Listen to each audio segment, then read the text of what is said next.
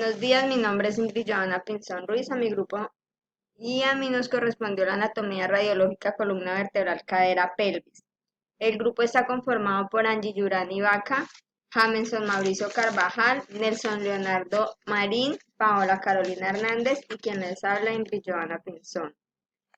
El tema que me correspondió es la columna cervical. La columna cervical comienza en la base del cráneo, contiene 7 vértebras, las cuales se denominan C1, C2, C3, C4, C5, C6 y C7.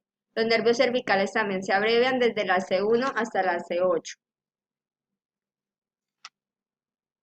Acá podemos ver el dibujo de las vértebras cervicales con sus respectivas estructuras y partes.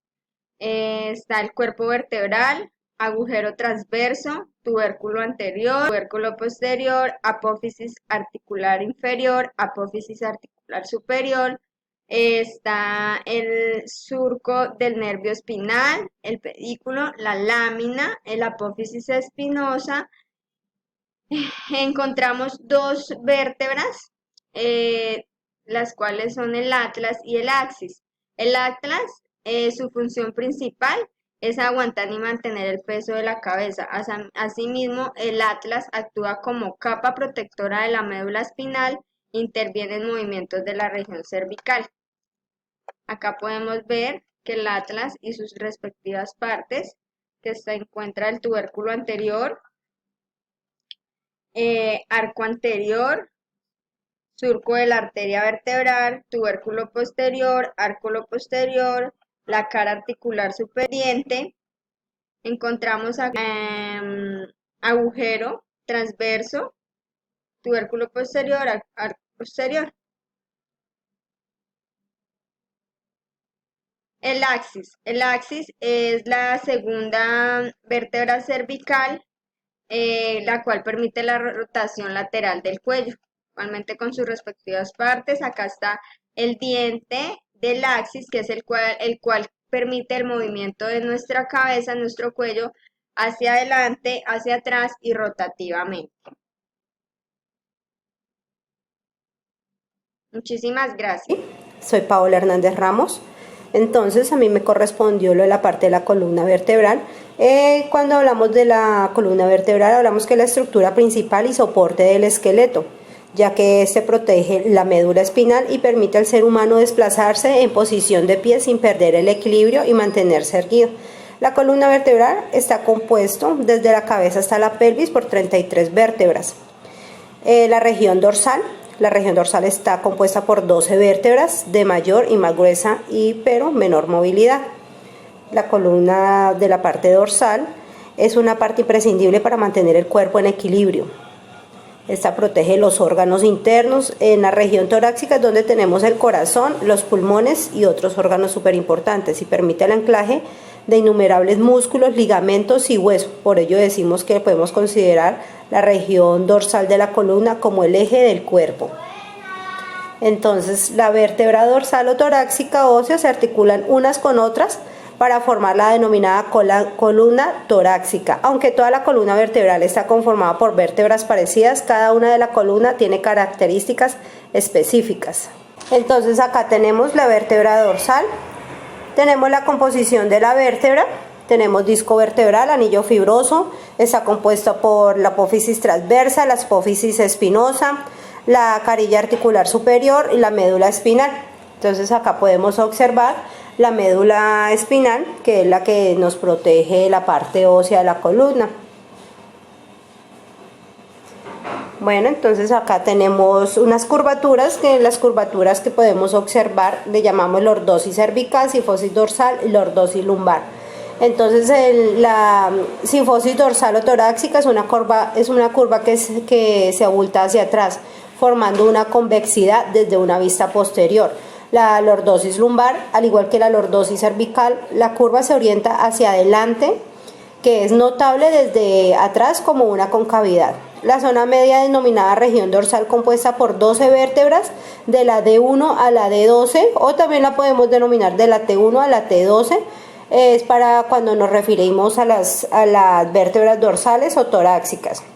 Acá podemos ver los movimientos que podemos realizar Con la columna, flexión lateral, rotación y extensión. Acá podemos observar cuando el momento que vamos a realizar una placa, qué es lo que se debe mostrar en el momento de realizar la placa.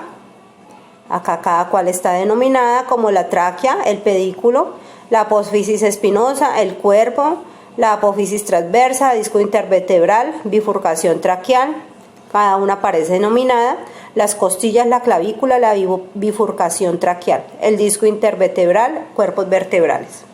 Entonces acá podemos ver una placa de proyección anteroposterior.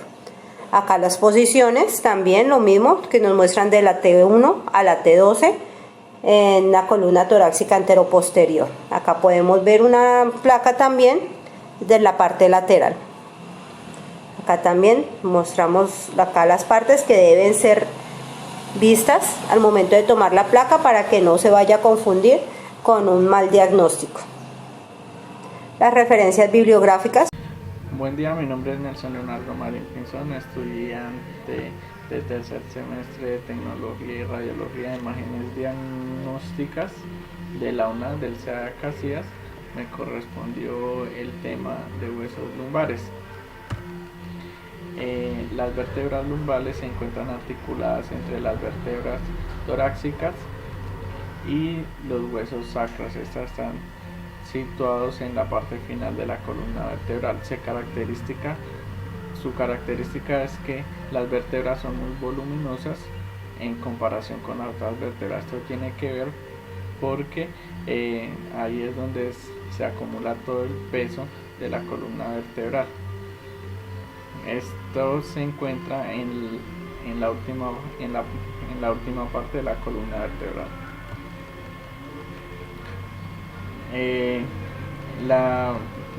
Las vértebras lumbales están compuestas por 5 vértebras, que son la L1, la L2, la L3, la L4 y la L5, como se nota en la imagen. Tiene una principal función de movimiento de pelvis y también hace la parte de movimiento del tronco. Las vértebras lumbales se caracterizan por tener unos cuerpos vertebrales más voluminosos con eje transversales mayor. Los pendículos son muy gruesos y anchos, en el borde inferior son muy escotados. Los agujeros vertebrales son triangulares y sus 3 lados son iguales, como lo notamos ahí en la imagen. Esto es una proyección lumbar AP, donde podemos observar la costilla número 12, el pendículo, el AP espinosa, el cuerpo de la vértebra, el AP transversa, el disco intervertebral, la sacro, y ahí vemos la unión dorsolumbar, que es la T12, que es la última vértebra torácica, y la L1, que es la primera vértebra lumbar, la L2, la L3, la L4 y la 5, y ya la sacro. Esto es una proyección lumbar lateral, donde podemos mirar las 5 vértebras lumbales, la última vértebra torácica, la sacro. También podemos mirar el agujero intervertebral, el pendículo, el AP espinosa, el cuerpo vertebral, el AP articular superior, el AP articular inferior, la articulación cigapofisaria, el AP transversal, el disco intervertebral y la sacro. Esto es una proyección lumbar oblicua, donde podemos observar las 5 vértebras, la sacro, la última vértebra torácica, y acá vemos el pendículo, el AP espinosa, el cuerpo vertebral, el AP articular superior, el AP articular inferior, la articulación cigapofisaria, el AP transversal Y esto es todo. Muy buenos días, compañeros y tutora. Mi nombre es Yurani Vaca. En el momento voy a hacer exposición acerca de hueso sacro y coxis. El hueso sacro está constituido por 5 piezas y está en el extremo inferior de la columna vertebral. Aquí podemos ver una imagen donde encontramos que esta está en es el hueso central y posterior de la pelvis, situado entre dos ilíacas, más o menos triangular, y es inclinado y corto. Este forma una función con 5 vértebras en forma de pirámide al revés. La ubicación exacta es en la región de la base de las vértebras lumbares en la L5, conectando a la pelvis en la pared posterior, y fortalece la estabilidad de la pelvis. Adicional de esto, pues vamos a ver que esta tiene en el dibujo que encontramos. Está la apófisis articular superior, que esta se encuentra en la base de lo que son la función articular de las vértebras lumbares, perdón. Está el ala, que está de la zona lateral que une las palas ciáticas de la pelvis. Están los agujeros sacros, que son estos, cada lado derecho y lado izquierdo hay 4, ¿sí? Estos agujeros emergen las ramas laterales de los nervios sacros y adicional de esto tenemos los tubérculos de las hipófisis, que son estas cositas de acá, y esas lo que nos ayudan es a la forma transversa como orbital de los agujeros dorsales. El hiato o conducto sacro, ¿sí? Que esos son la apertura amplia que está formada de la separación de láminas de la quinta vértebra sacra, que es la última. ¿Listo? Adicional de esto, pues tenemos el hueso coxis, que está constituido por 4 vértebras, que es de la parte inferior, inicia, ¿sí? Como tal, el coxis es un pequeño hueso y es triangular, resultado de la función de 4 vértebras, pero que no son muy, o sea, en sí no tiene una función muy exacta. Tampoco es un poco, o sea, no es normal que el hueso sacro o el coxis se fracturen. Es más que todo se hacen imágenes diagnósticas de radiografía lumbosacra para identificar si hay, digamos, estrechamiento de lo que son las vértebras. Adicional de esto, si hay algún problema con la ciática, si hay hernias discales, ¿sí? Entonces aquí tenemos en la parte, esa es la parte inferior o vértice del sacro, y está el ápex, y ahí sí sigue el coxis, que inicia desde la C1, C1 hasta la C4. Y ahí pues también el ápex es llamado, o se articula la articulación sacroxigia, y en la parte de la ala se articula la articulación sacroilíaca. ¿Listo? Ya en imágenes diagnósticas podemos evidenciar, este es el hueso sacro, ¿sí? Se lo podemos evidenciar. Y ya el coxis lo vemos identificado aquí para abajo. Esta tiene una visión anteroposterior y lateral. ¿Listo? El sacro y el coxis. Muchas gracias. Soy el estudiante Jameson Mauricio Carvajal Estrada. Para la exposición de cadera encontramos que la cadera es la articulación de 2 componentes principales. Como vemos en la imagen, la pelvis y el fémur se articulan mediante el acetábulo y la cabeza femoral. En esta imagen observamos la pelvis de manera lateral, donde en los numerales 4 al 7 encontraremos el acetábulo, la faceta lunata, el reborde acetabular, la incisura acetabular.